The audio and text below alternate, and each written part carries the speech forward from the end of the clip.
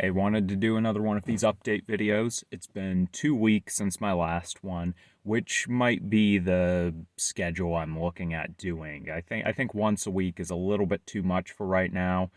I've got a lot of other things going on, and these videos don't take too much time to do. I mean, the last one was 18 minutes. All in all, that's not much time, but when you're trying to keep your brain in different spaces, like workspaces, coming back into this mindset of thinking about hair loss and all of the stress or just overthinking involved in that isn't always the most productive thing. So I think I'll do 2 weeks for right now, unless I can manage it better. I don't know, I might even do 3 weeks here.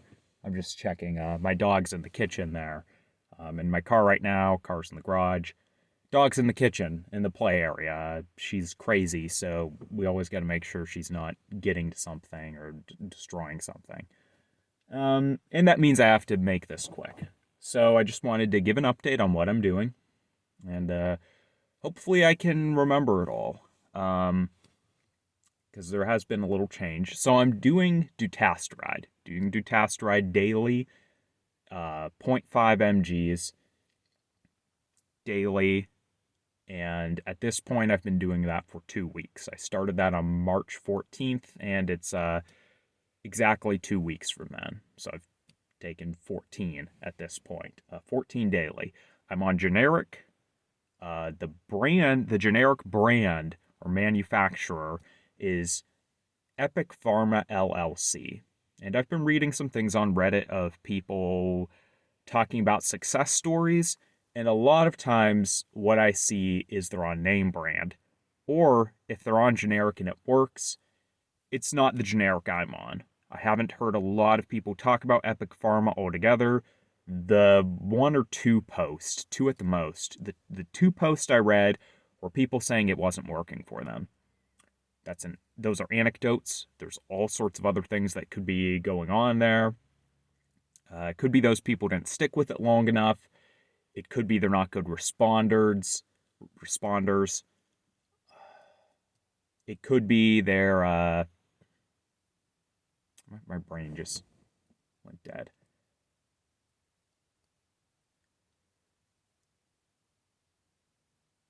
Maybe they switched from that to another generic, and there's some like some different ingredients that don't work well. See, I there's a lot about the generic and switching from the generic and the name brand that I think's interesting and a lot to consider, but I'll have to save that for another video. I can't think of all those details right now. So that's what I've been doing as far as dutasteride. And I am considering doing some more research before I get my refill and basically trying to find out what is a good generic brand that people are generally having success on and asking if I can get that instead of the Epic Pharma. And if I can't, maybe switching pharmacies. I don't know, maybe if I called ahead of time to different pharmacies to figure out, is that something I can learn? Hey, when did you what dutasteride manufacturer do you guys use? So that's what I'm doing there. And then I've been using Rogaine twice a day. There's a catch to that, though. I've been using it on the hairline here, twice a day. And a little bit deeper in the hairline, so my hair's like all crusty in the morning. But I don't want my whole hair to look like crap, so I don't use it throughout the whole hair twice a day. I only use it on the hairline I only use it on the hairline twice a day. And in the evening, I put it all throughout my hair. Now, what I'm also doing with the hairline is on this side, I'm using tretinoin. Now, for the past 2 weeks, I was using it every 3 days to kind of get used to it. I'm sure that's not the optimal dosage, but my doctor recommended it to make sure I don't have a bad reaction.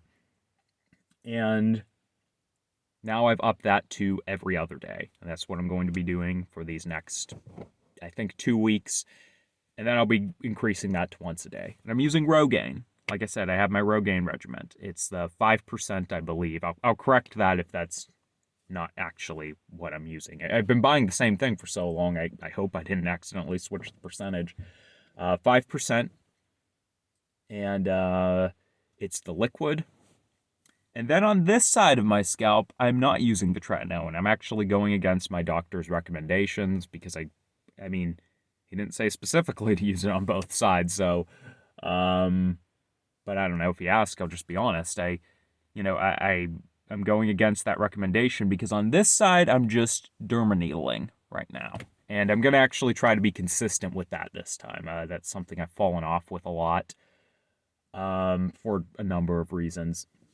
I'm going to try to be consistent with that. And I'm using, I think, one milli. I don't even, I can't think of these measurements, and they're all in the English system, or what's it, the metric, which one do we use, metric or English? I don't know. They're in the ones that use meters and stuff, not the ones the system we use here in America. And, anyways, that, I'm using like 1 instead of 1.5. A lot of people use 1.5. I'm just using 1 or 1.0. And it's enough to make it bleed. Like, I have a little bit of concern of like causing too much damage in there. So that's why I'm not using more right now. And if I'm not getting results, maybe I'll increase that. I mean, hey, if I'm going to go bald, what's there to lose by trying that? If I scarp my scalp a little bit, who cares? It can be useful information to someone.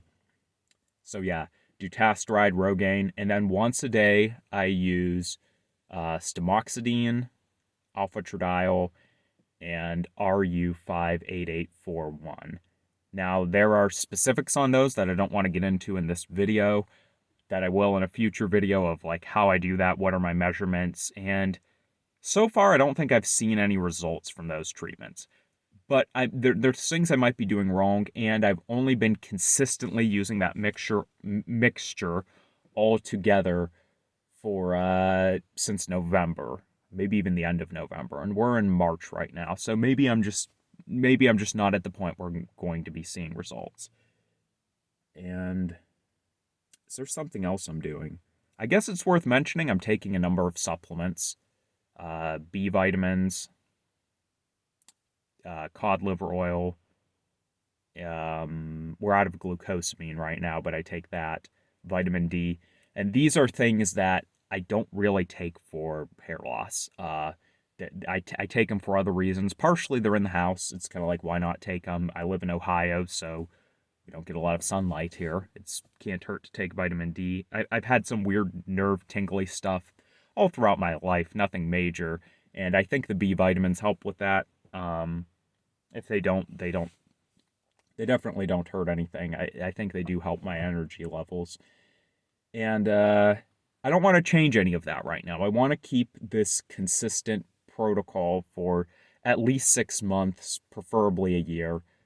Like I said, I might change the generic manufacturer, because I mean, maybe I could stick with one generic and then after a year say, hey guys, this doesn't work and I can confirm this. Frankly, I don't want to take that risk if there is one that will give me more guaranteed results. Because as you can see, I already have a lot of recession. I already have quite a bit. And I don't want to risk getting any more right now. So I did get a comment on my one video.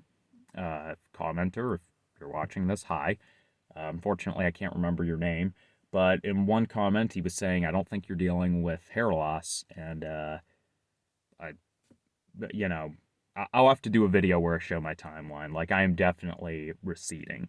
I mean, granted, I can't think of a single man in my family from either side that is Frank Barone bald. If you ever watched Everybody Loves Raymond, the dad is just like, I guess he's not as bald as Dwight D. Eisenhower, but he's pretty damn bald.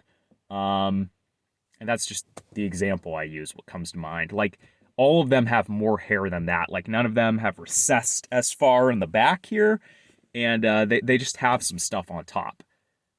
with that said, I know there's a history of hair loss in my family, so it's like there's no way I don't have it. And I mean, look at this. Like, look how much higher my hairline is. I always did kind of have a big forehead, always had kind of a high hairline, except for when I was like really young. But uh, yeah, I'm definitely suffering from that. And then he asked about, and I wish I could. There's so many treatments going on right now. I can't remember all the names. Plyramutazide or something. This is gonna be really funny when I actually watch this back and know what the actual name is. Um, but yeah, it's basically one of them that's supposed to. I think it's supposed to actually. It doesn't decrease DHT in the body, but it's supposed to block it from reaching the hair follicles, I believe.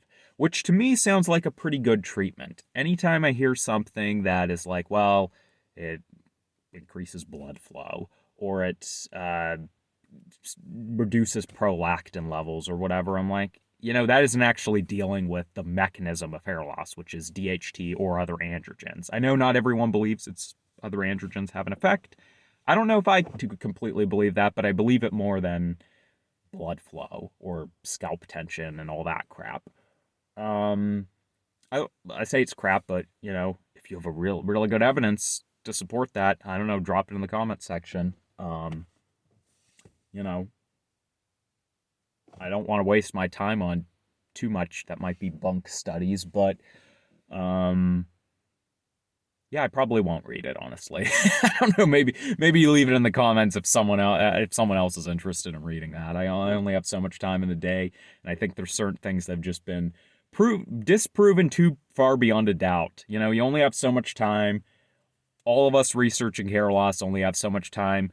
I'm not going to spend it rubbing my fingernails together and seeing if that gets results. Just to do that for some years and then have someone tell me, oh, well, you didn't do it the right way, or it only works for uh, people who aren't living in Ohio, and it works for people in warm climates, or you're supposed to do it when you're flipped upside down. Like, some people are always just going to want to believe crazy theories, and I don't think there's anything you could do to talk them out of that, except I don't think there's any talking you can do. I think life experience will or could get them out of that eventually.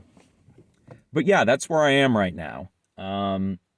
Trying these different treatments. I wanted to do this update because I see so many people fall off with doing these updates. And if you watched that first video and then you were waiting a week and there wasn't one, maybe you thought I was going to do that. I mean, even if I only do them every month, I mean, there's not going to be, that'd probably be enough to give updates on what's going on. But I think it's important that I would honestly like it if more people did this. I mean, so many people these days are complaining about meaninglessness in their life and they don't have anything to do. Freaking document your hair loss and try different treatments and keep us all informed. Do some good for humanity. I mean, that's what I want to do here. Like, I've probably recessed more since my last video. I might keep receding. I might go Frank Barone bald one day. Granted, I'll shave the sides or something. Probably. But, I would still like to do these. I mean, if I'm messing with a little bit back here, but I end up using some treatment that I'm willing to try, or I've used it for 2 years, or done something someone else hasn't had, and it's able to provide some results, then that is progress in a way. We'll see. It's maybe easier said than done. Maybe once I've receded enough and I'm like, screw it, I'm just going to shave this and wait for verteporfin or some hair cloning thing to come out. Maybe I won't care about keeping up these documentations up, but I would like to think I do. I will. So I think that's all I'm going to say for now. Obviously, with hair loss, it's always something. There's always more to discuss. As I sit here, more stuff comes into my mind. But if you have any other ideas, drop them in the comment section below. I might cover them in the next update video, or I might do independent videos on them. One independent video series I'm considering doing, which I might not have the time for right now, might not ever have the time for it, but I think would be looking at different historical figures and celebrities, these people who are very well documented through portraits and photographs throughout, their lives, basically. Some of them all the way from when they were basically a child to an old man in their 90s.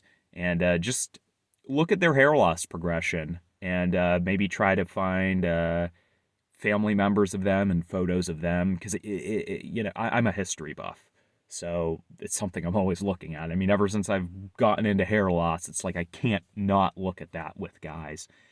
And turns out if you're most guys, unless you're Ronald Reagan, you're probably going to suffer with some hair loss. I don't think Ronald Reagan ever experienced any kind of recession. Maybe I have to look at photos again, but most guys experience some at least. And I think that'd be interesting, an interesting series to pick different guys and then kind of just go down the line of, the progression of their life. Anyways, I don't know if I have time for that right now. Getting time in for these is already a little bit hectic, but we'll see what we can do in the future, and I will see you in the next update video.